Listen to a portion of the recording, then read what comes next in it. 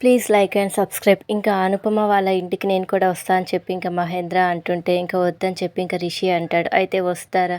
నన్ను అవాయిడ్ చేసి అనుపమని కలవాలనుకుంటుంది అంటే ఏదో దాచిపెడుతుందనే ఇంకా మహేంద్రకి డౌట్ వస్తుంది. శైలేంద్ర మనుకి ఫోన్ చేసి బ్రదర్ అని మంది రక్త సంబంధం అని చెప్పి ఇంక తెచ్చకొడుతూ ఉంటాడు. ఒకసారి కలుద్దాం అని అన్న శైలేంద్రతో నీకు ఏం కావాలి అని చెప్పి అడుగుతాడు. నా నుంచి విలువైన సమాచారం వస్తుందని చెప్పి ఇంకా శైలేంద్ర అంటాడు. ఇంకా మను కోపంగా మాట్లాడుతుండగా ఇంకా అనుపమ వింటూ ఉంటుంది.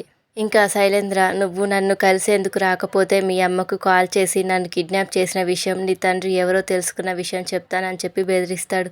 ఇంకా కాల్ కట్ చేసి కోపంగా బయలుదేరుతాడు మను. అనుపమ తనలో తను ఇంకా అనుమానం మొదలవుతూ ఉంటుంది. ఇంకా రిషి వసు అనుపమని కలిసి మను గురించి అడుగుతారు. ఇప్పుడే హడావిడిగా బయటికి వెళ్ళిపోయాడని తన ప్రవర్తన అంతుపట్టకుండా ఉంటుందని చెప్తుంది. అనుపమతో కలిసి కిచెన్లోకి వెళ్ళిన వసు మను తండ్రి విషయం రిషికి చెప్దాం అని నిర్ణయించుకుంటున్నానని చెప్తుంది.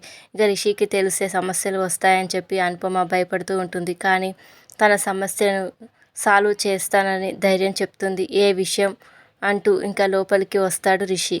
శైలేంద్రకు గన్ గురిపెట్టిన మనుని రివర్స్ వార్నింగ్ ఇస్తాడు శైలేంద్ర. మీ నాన్న ఎలా ఉన్నారంటూ కావాలని మనుని ఇరిటేట్ చేస్తాడు. తండ్రి ఎవరో చెప్తే చంపేస్తానన్నావు, ఇప్పుడు మా బాబాయిని ఏం చేయబోతున్నావు అని చెప్పి ఇంకా అడుగుతాడు. నీ తండ్రి మా బాబాయ్ అని తెలియగానే వారసత్వం పేరు వస్తుందని ఆశపడుతున్నావా అని చెప్పి రెచ్చగొడతాడు. నీకు ఎవరికి చెప్పాలనిపిస్తే చెప్పుకో, ఆగస్టులోగా ఏం చేస్తానో చూడు అని చెప్పి ఇంకా మను వెళ్ళిపోతాడు. ఇంకా మను తండ్రి గురించి వసు చెప్పబోతుండగా ఆపిన రిషి మీరు నిజం దాచిపెట్టారంటే ఏదో బలమైన కారణం ఉండే ఉంటుంది. అందుకే ఎవరో చెప్పమని అడగడం లేదు. ఎందుకు చెప్పకూడదని అంటున్నారో చెప్పండి అంటాడు. చెప్పలేనని అనుపమ అనడంతో రిషి తను చెడ్డవాడా నీచుడా అంటూ తక్కువ చేసి మాట్లాడతాడు. అప్పుడు వసు బయటపడిపోతుంది. మను తండ్రి మావయ్య అని చెప్పేస్తుంది.